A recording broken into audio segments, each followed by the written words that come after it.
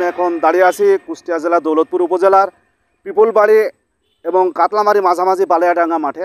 আপনারা জানেন যে গতকাল রাত আনুমানিক 1:30টার সময় কৈপাল গ্রাম থেকে একজন মুমূর্ষু রোগী দৌলতপুর হসপিটালে আসে।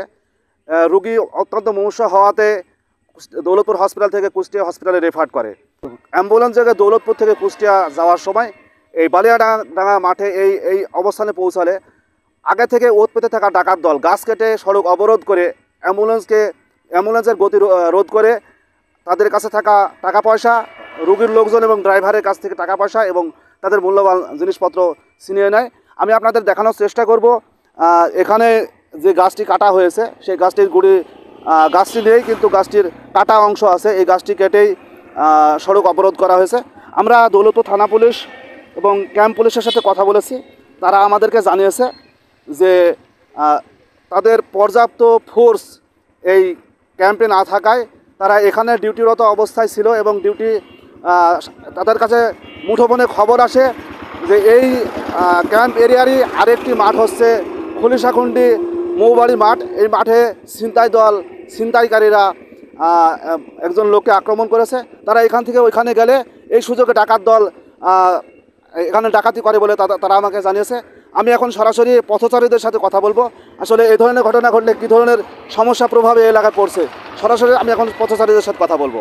আমরা চাই যে রাস্তায় জনগণ যাতে ভালোভাবে চলাফেরা করতে পারে, যে জন্য প্রশাসনের কাজ দৃষ্টি আকর্ষণ করে বলতে চাই তারা যেন আমাদের নিরাপদে এই রাস্তায় চলাফেরার সুযোগ করে দেয়, যাতে এই ধরনের ঘটনা আর কোনো দিন না ঘটে। এটা একটা দারুণ দুঃখজনক ব্যাপার যে একটা ডাকাতি হয় রাস্তায়, অ্যাম্বুলেন্সে একটা রুগী যাবে, সেই রুগী যদি ধরি তারা চিন্তাই করে, তাহলে তো সাধারণ লোক চলবে কীভাবে? এই যে এখানটাতে যে ডাকাতি হয়েছে এটা সাধারণ পাবলিক কিংবা মানুষের জন্য এটা খুব দুঃখজনক যে অ্যাম্বুলেন্সে রুগী আসতেছিল রাত্রে, এই রাস্তার উপরে গাছ ফেলে এসে তারা ডাকাতি করেছে। এটা আমাদের জন্য কিংবা সাধারণ মানুষের জন্য খুব দুঃখজনক। আমি চাই যে আইনের লোক এ বিষয়ে কিছু সর্বোচ্চ একটা ব্যবস্থা নিক। এরকম ডাকাতি মাঝে সাঝে হয়, আমরা চাচ্ছি যেটা ডাকাতি না হয় সেটা চাচ্ছি। আইন শৃঙ্খলা ভালো হোক, আমরা সবাই চাই জনগণ যাতে শান্তিতে বাস করতে পারে, ডাকাত নিরাপত্তা থাকতে পারে। এই হচ্ছে আমাদের। এগুলো তো খুব খারাপ উদ্দেশ্য, বুঝছেন? এর আগে এগুলো হতো না, বর্তমানে এগুলো বেশি হচ্ছে। ঠিক আছে, এখন চাচ্ছি এখানে রাত 12টা-1টা পর্যন্ত পুলিশ থাকবে, মোতায়েন থাকবে। রাত প্রশাসনরা আছে, তারাও তো টহল পারে, পুলিশরাও টহল যদি মাঝে মধ্যে পারে রাত বিরিত, তাহলে এটা আর সম্ভব না।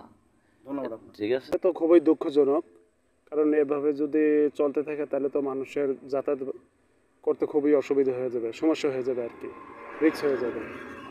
যেমনটি বলছিলেন আপনারা শুনলেন যে যেমনটি বলছিলেন সাধারণ মানুষ এই সড়কে যদি এভাবে ডাকাতি চলতে থাকে সাধারণ মানুষ একেবারে নিরুপায় হয়ে যাবে।